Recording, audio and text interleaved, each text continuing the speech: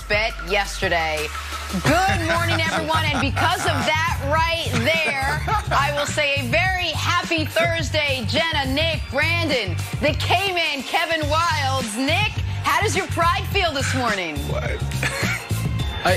I'm sorry, Jenna. I can't hear you. I still have mustard in my ear.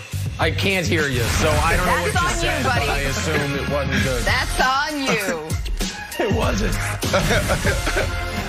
All right, we will get to the full Pinto Ron treatment in a second. We got to start, though, with the debut of the Big Three as Kyrie made his grand return. Nets and Cavs from Cleveland. Well, let's put it this way, you asked.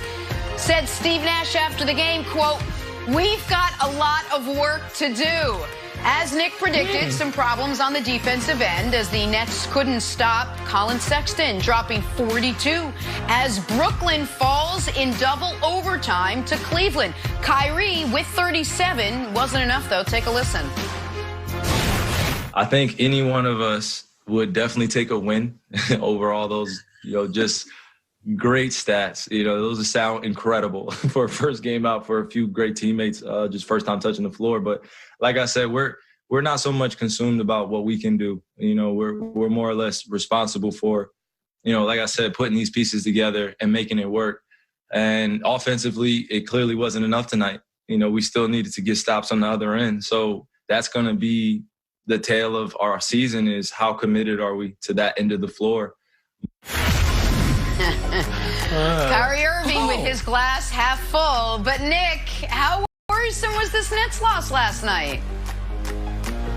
Listen, I don't want to read too much into it. Everyone who watches the NBA knows you can't stop Colin Sexton. You can only hope to contain him. And the Nets did a pretty decent job containing him for the better part of 3.5 quarters. And then he scored 20 consecutive points. And you end up the rare blown out in overtime scenario because you allowed, 36 points in the 2 overtimes. Those were 5-minute quarters, 36 points in 10 minutes. Probably not great. 60 points allowed total in the fourth quarter in the overtimes. That's really not great. But I have 2 numbers for you.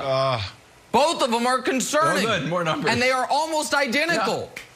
Yeah. 147. That's the number of points the Nets allowed. But 148 is the number that actually should really concern my buddy Brandon Marshall. Because Brandon Marshall is not as worried about the defense as me. So let's not even focus on the abysmal defensive performance. Let's instead focus on the 148. That's the number of minutes Kevin Durant, Kyrie Irving, and James Harden all just played. You know why? Because the old bench mob Nets now play for other people. And you're now in a position where you're like, oh my God, we got these 3 stars. We got Joe Harris, who's really good. And then we have nobody. And then we're like, Chris Chiozza, should we have him play?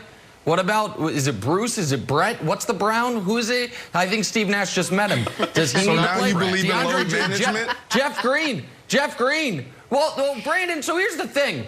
I don't believe in starving myself for a week. I also don't believe in eating 38 Big Macs in a day. There is something of a happy medium. And so, no, I'm not a big fan of load management, but I also think having these 3 guys play 50 minutes each, probably not the ideal scenario for the team in mid-February. That may be a little much. But I don't know. It may be a little much, but I get it. You had to keep Kyrie out there to get the defensive stops. But on the other end, you're asking Bud to make Giannis play more than 30 minutes a game. So that's all I heard last year. 30 to 50 Giannis play more and more and more. Right. So what do you want? Correct. Yeah, somewhere in between. All right, listen, Nick, somewhere enough with the propaganda. This porridge is too hot, this porridge is too cold, this porridge is just right, as Goldilocks taught me. So somewhere in the middle is what I would say, but go ahead. Yeah. Story. Nick, enough with the propaganda. The inauguration was yesterday, okay? So I got to listen to you for the next 2 months talk about defense. Every time we talk about the Nets, all I'm going to hear is defense, defense, defense. I get it. I understand. But if we're going to do this, let's start with the foundation. Let's start with the fundamentals. You played basketball, Nick. You played in high school. You actually played on a really good team.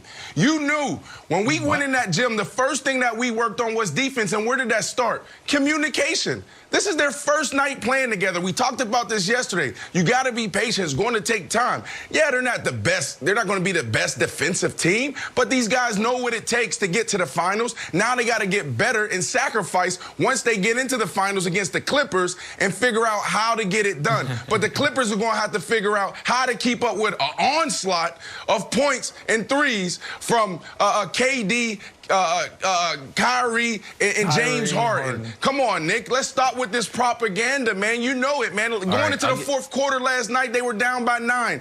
8 minutes and 30 seconds, they're down by 13. You saw a glimpse of how they played defense. Something on the line, they clamped down. And all of a sudden, Sexton, he just goes crazy. There's nothing you can do against him. This is the glimpse. This is a glimpse of what you're going to see from the Brooklyn Nets moving forward. When something's on the line, come mid-March, they're going to play defense just like this. We can't control Sexton having a freaking career night and just freaking efficiency. Ooh. Oh, so Brandon, I'm going to push back on that, because here's what I'd be worried about. Steve Nash really looked like a rookie coach last night. And when you say there's nothing you could do about Sexton, there's something really simple you could do. You're up 3, foul Colin Sexton before he shoots. Instead, Kyrie gave him an open 3, bang, you're going into double overtime. Then he heats up. On his way to scoring 20 consecutive points, you know what Steve Nash could have done? Timeout, guys. Who's got Michael Jordan masquerading as Colin Sexton right now? Anybody? And during that timeout, you know what you could get? Jenna's favorite, a little sugar-free Gatorade. Give everybody a breather as everyone's playing 50 minutes. Because I will buy the idea that they can step up and play defense, because Durant had 2 blocks in the first overtime. Kyrie had a block. I'm like, look at this, a little bit extra effort. But there's only so much effort you can give if you're running everybody totally ragged and playing everybody all the time. And I get the idea. I don't want to be the minutes police, Nick. I think it's a kind of a lame, like, yeah, look at this.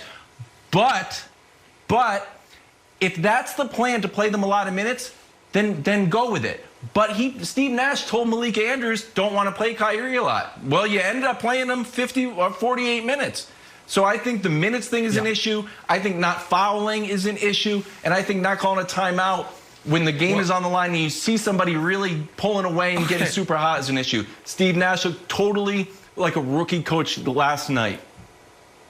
All right, I got 3 quick things. First, and 2 of them are positive for the Nets. The first one is this. And this is totally sincere.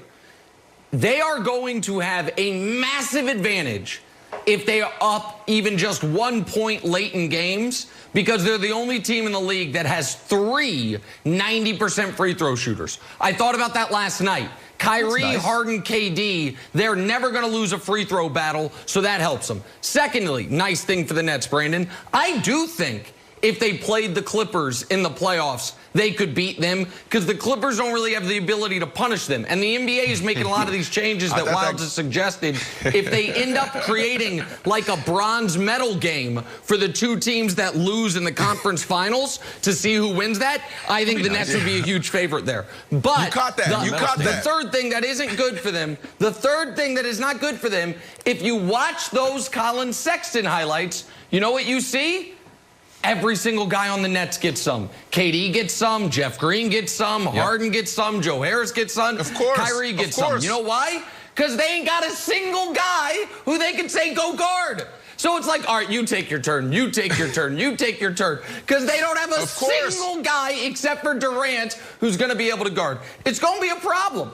Listen, but you can't just beat the Cleveland Cavaliers. Listen, you just hope to contain it's going to be a problem for the next 2 months for me. It's going to be a problem for the next 2 months for me until we hit mid-March and those guys start playing defense. So have your fun for the next 2 months, and when we get to the playoffs and we get to the finals, it's going to be my time to really stand on the table and talk about the Nets. All right. And to Wild's point, Steve Nash did say afterwards he acknowledges his team's got a lot of work to do. These 2 teams back at it again Friday night.